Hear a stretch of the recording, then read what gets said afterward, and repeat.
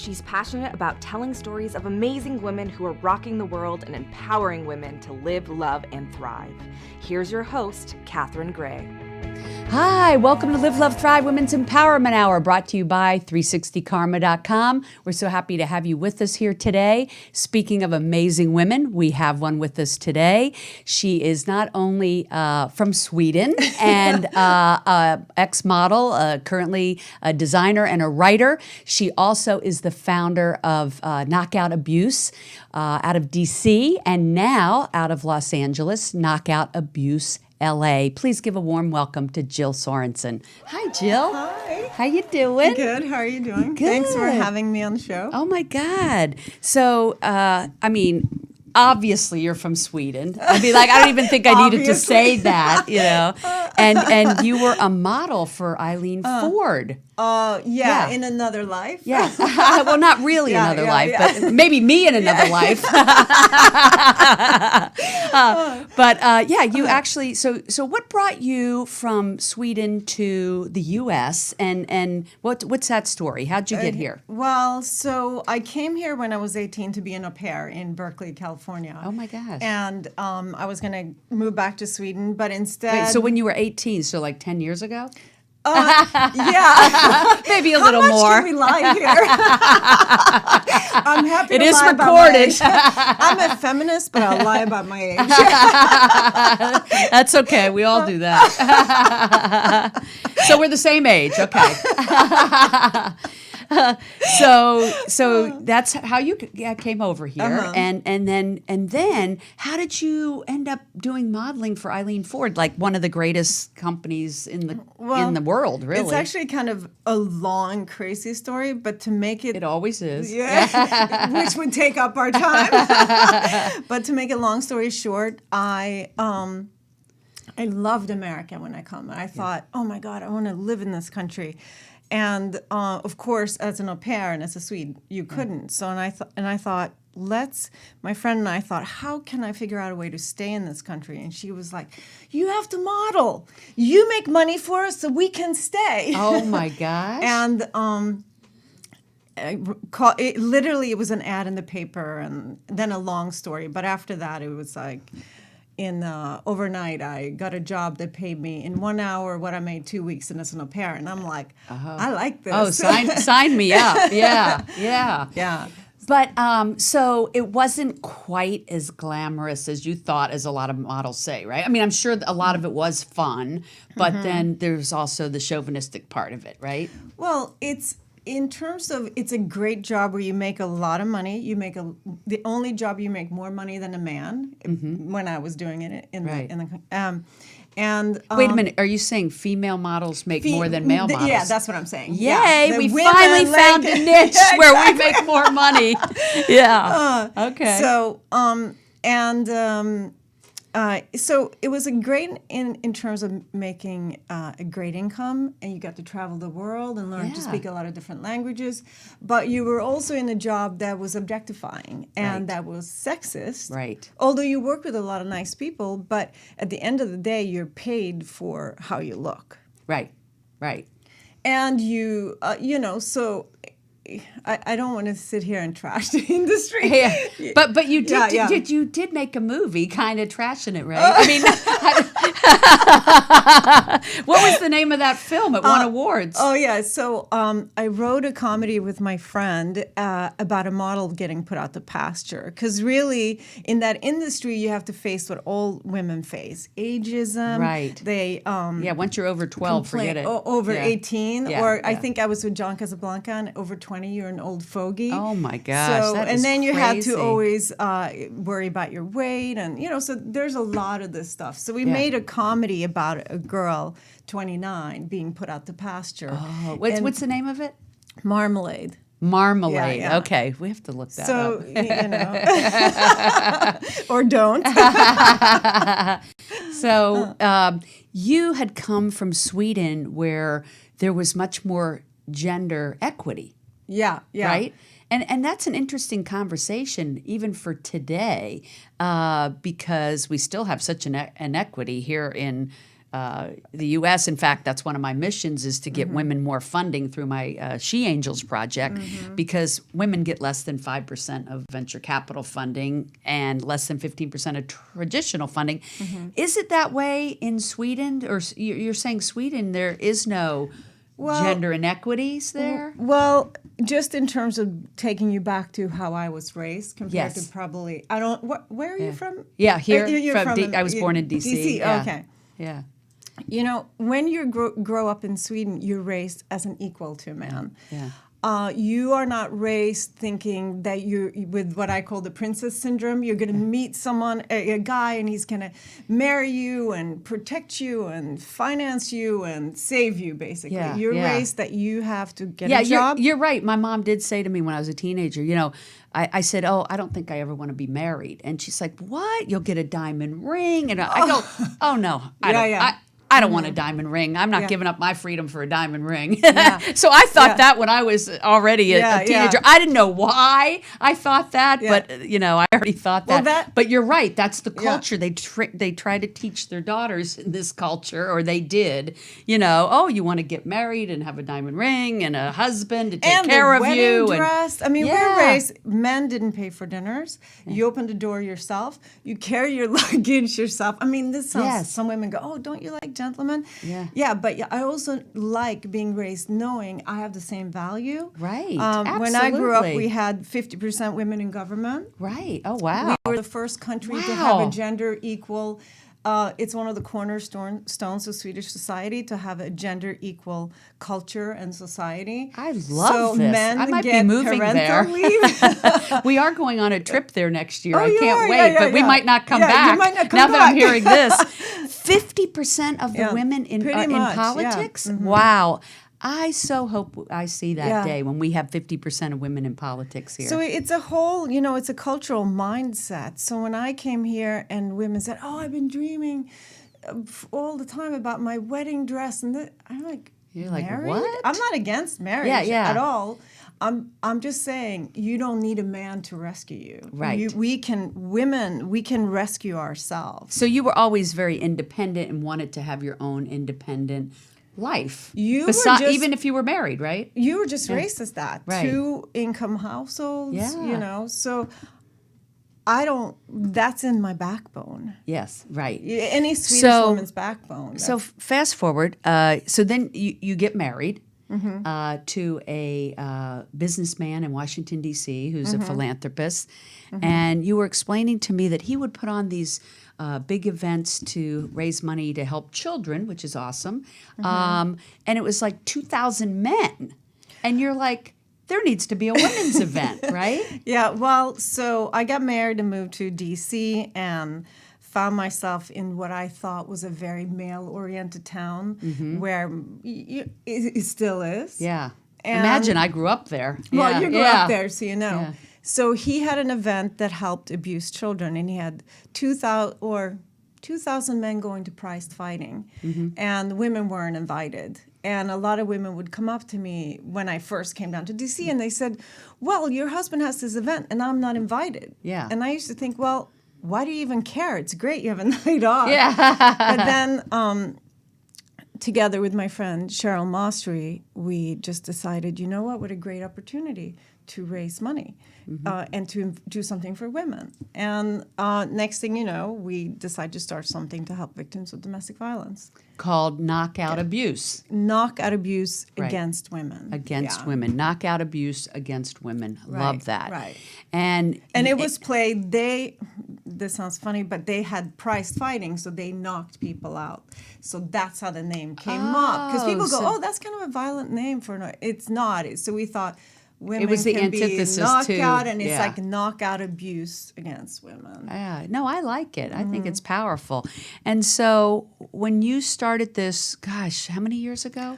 26 years ago. Wow, this fall. 26 years. But good that for doesn't you. work because I'm only 28. Oh, yes, that's right. Please don't count. How did that happen? Don't count. She started it when she was 2. That's ahead of my amazing time. that you've been doing this work for 26 years. And It's then a long time. now that you've relocated to Los Angeles, and we're going to talk about that, you've started Knockout Abuse West here in Correct. LA. You have a fundraiser coming up in October, is it? October 12th. October 12th. And Yeah. where's that going to be? At the Wilshire Country Club. Wilshire Country Club. And anyone can buy a ticket? Anyone can buy a ticket. Okay. Your website is either Knockout Abuse. Our website is knockoutabuseWest.org. So anyone can go there and buy a ticket and West.org. correct Okay. and sign up on the mailing list and Wonderful. partake in any of our programs. I love that. And you're going to have amazing speakers. We can't say who yet, but Well, for example, our event in D.C. was voted more popular than the White House Correspondents' Dinner 2 years in a row because wow. maybe the times are not right for it now, but then because of what I perceived as the sexism and chauvinism in D.C., I'm like, fine, Yeah. we'll do the Ultimate Girls yeah, Night now Out. it's like on steroids there. Oh, yeah. Yeah. And it still exists in D.C.? Oh, yeah. Oh, that's great. We have, by the end of the night, about 1,500, 2,000 people. Now, when you guys started this, one of the other catalysts to this was you were trying to decide what do you want to raise the money for, and you came to find out that two close friends were in domestic abuse relationships. Yeah, I actually, I can't believe how naive I was to domestic violence or about the existence of domestic violence. And to think that you could have friends that were in those relationships and you probably weren't aware of it, right? Well, one of the things that abusers do, they isolate the Right. women. They isolate them from their friends. They tell them their friends are their enemies and their families are their enemy. So I had two friends. One was married to an emergency room doctor. And she got beaten so hard on her back, he actually broke his arm beating her. Oh, my God. And I then hate these stories. Spit on Yeah. her face and threw her out of a car my that he God. was driving. Oh, my gosh. And my other friend This was is horrific. beaten with a chair and locked in the closet. Oh, and my God. Within literally a 2-week period, they both told me about this. And Now, did they stay after that? no, they both left. Oh, thank goodness. But it was a really crazy awakening. Yeah, I always think I do this show because maybe there's a listener that says, "Oh my God, that's happening to me," and what do I do about it? Where would you suggest someone goes if they're in that kind of relationship? Well, number one thing is to know that abuse is not love. Right. And if your mate, your intimate partner, husband, wife, whatever, abuses you, it is you leave. If you Yes. can. You Right. leave, you call 911. Well, now you said if you can. I believe anybody can. They just think they can't. Well, I like a saying, if I'm saying it correctly, that sometimes it's fighting an enemy that has outposts in your head because an Yes. abuser gradually works to break down your self-esteem. Exactly. So next thing you know, you actually think it's something. Is this something I said or did I that? Oh, but he's really sorry now. So I'll Right. see if it gets better. And Right. I don't want to tell my mother and my friend because if I tell them, They they're won't going to say like I'm going to them leave, and I think he'll get better. But Right. you know what? He will never get better. He will get worse. Right. And 4 women a day are murdered by their husband or intimate my partner God. in America alone. In America, wow. Every day. And that is just It's staggering. 4 way too many. Yeah. That's staggering. 1 in 3 women. So suffer what does abuse. Knockout Abuse do? Knockout Abuse raises awareness and funds for victims of domestic violence. Oh, okay, So we are an organization. Well, first of all, we bring a lot of awareness, and we donate all our money to beneficiary shelters and programs that help women and children who are victims of abuse. Right. So you guys get behind existing shelters and help with the Correct. funds? Yeah. Shelters, programs, long-term shelter, short-term shelters, emergency shelter, counseling, job training, Right. legal aid, Yeah. legal help. Oh my gosh, they all need that. Yeah, for and sure. you had shared with me, we all know that the homeless situation is really bad here in LA. Mm-hmm. You had said 55%, I believe, of the women that are on the streets as homeless women are leaving domestic abuse relationships. Yeah. No, it's the violence statistics is staggering, because why are one third of all women you meet basically have been a victim of abuse. 1/3? 1/3. I knew 1/3 had experienced some sort of sexual abuse, which is just staggering as well. But I didn't know about the physical abuse, which I guess, rape is physical abuse, so I guess that might be all categorized together. Well, also domestic violence is physical, emotional, and verbal. And that's where people, the one thing to know is the violence perpetrated, the physical violence perpetrated is a lot worse than you can ever imagine. Wow. And that's the shocking part. Yes. I mean, I don't want to tell horrible stories, but many escape barely alive. Right. And that's, I think, a big hidden secret, the extremeness of it all. Well, there's an organization called Face Forward. I've had the founder of that, Deborah Lessie, on. I don't know if you know her. You guys should connect.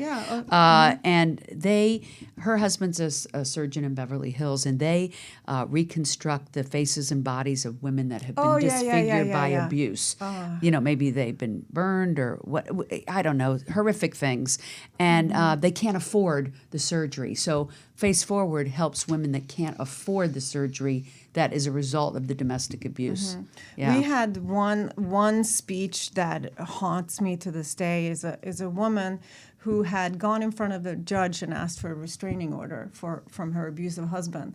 And the judge had laughed in her face and said, well, that just is not in the cards.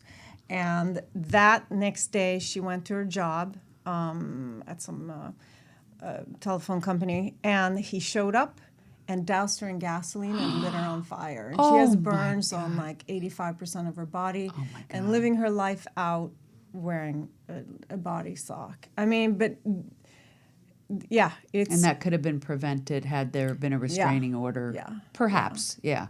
I keep asking myself, after doing this for so many years, I now ask myself, well, why? Yes. Where does this come from? Right. And I ask myself, if we lived in the matriarchy, would 1 in 3 women be abused? Would 1 in 4 women be severely abused? But that's why I've been saying that for the last 3 years through my 360 Karma Women's Empowerment platform, in any way I can, that we have to get women in more positions of influence, whether it's as directors of film and television, because the content is so important that we have a female perspective, to being the CEOs. Women are only 5% of the CEOs of top Fortune 500 companies. That is so out of balance that's why the world is out of balance. We need more of a women's perspective at the table in government, in companies. Absolutely. In film and television. Media and film becomes, if successful, it becomes our culture. Absolutely. And so we can't have 88% male directors who are directing movies. Yes. We can't or writing the content. We need 50-50. It can't just be 10 guys in the movie and the token 20-year-old girl. Right. And the Women's March, the last really big one, was half men. And I thought that's really promising, because I do think there are a lot of men that really believe that women should have at least 50% at the table to help make the world a better place, that they agree. They love their mothers, their daughters, their sisters, their friends, and they believe women should have more influence as well, which is why we are starting to make progress, because let's face it, we need the support of men to say that they believe that too. Absolutely. Now, obviously, there's a lot of them, these people deciding on abortions and things that are white men that don't want women to have rights and whatnot, and this is the disparity going on in this country right now. But it is... Definitely, I agree with you 100% that that's what's missing in the world right now. And I think and I hope that we're moving toward that matriarchal society, like you said, at least where there's both. America, I'm kind of obsessed with gender equality. And looking at Sweden is number 3 in the world. the United States is number 51. Oh my God, that's pathetic. It's pathetic. Who's number one? I think it's Switzerland. Switzerland. Iceland, Sweden, something like that. Oh, all the Scandinavian countries. All the basically. Scandinavian countries are in the top 10. Wow. But I think one thing that drives me crazy is the films you go see with the normalization of women as strippers or women as the token objectified woman. Because I believe when a gender is constantly objectified, it's seen as less than, less intelligent. So I think what America is guilty of is this objectification of women. Whether and it is be, in TV and film, and that's what impacts our culture. Gina Davis Institute researches this stuff, which I love. Yes, and it shows that they have less starring roles, less lines, less significant parts. They're the mistress or the girlfriend. They have less to say, less substantive stuff. So it's built into the male decision making, the male writing, the male directing. And that is a huge thing. And the other thing is that we just had to start looking at that we never looked at before is now because of the iPhones and the internet. 88% of internet porn is now including violence and degradation of women. And that's being fed to 10, 12-year-old kids via their iPhones. Right. And then they normalize some of that into the movies. And next thing you know, you have a toxic female or stereotypes that they... and even male stereotypes. Which leads to that domestic abuse you're talking about. It's telling young men that sexual abuse is okay. I had a woman on named Gail Dines who's been studying this I love Gail Dines. For 30 years. Well, I talked to her my weekly. God, she's amazing. She has informed and she's an us expert a lot. on this. Yes. Yeah, we're doing stuff with her now, and she's that's incredible. Great. Oh my God, she's incredible, Yeah. and she has studied this for a long time. The impact this is having. If you're a listener, you do not want your 10, 12, 15-year-old son having access to porn on the internet. It'll ruin the way they think about women. And watch her TED Talk. Yeah. No, that's a huge part. And I think another part is, look, as mothers, I'm the mother of a son. Like, how do we raise our boys and the girls? Once the patriarchal lines became important in old, Europe, where men hundreds and hundreds of years ago felt that they had to control the woman, to control their offspring. Yes. I think we started raising boys, teaching them to be domineering and controlling. Right.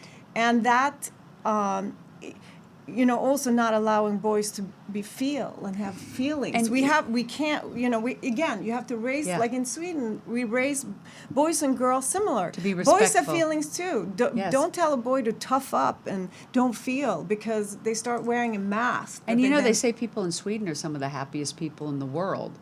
I've read that. Yeah. And so the bottom line is that if we would educate the young men in this country to respect women and to allow themselves to have feelings, like you said, they'll have happier, healthier relationships, and absolutely, and everybody will be happier.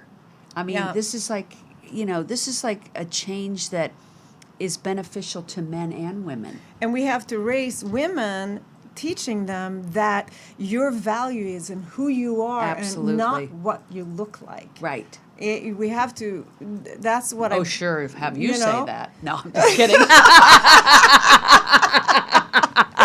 I mean, it's so great to just grow up, having grown up in a country where there was no attention to you. Your value had nothing to do with the way you looked. No one ever commented on your looks. And also in culture, who you were. I was going to say, not just looks. Nothing wrong with having good looks. That's a blessing. That's a blessing. But also that being smart is an attribute. Yes. Being funny is an attribute. Yes. There are lots of great attributes. Yeah, people have a lot of different gifts, and we can't put all the emphasis on only one kind of gift. Well, we have People to have stop different- objectifying women. Yes. That's when I Absolutely. I read about this endlessly. I come back to the issue of domestic violence to a big degree comes back to the ownership and the objectification of a woman. Yes.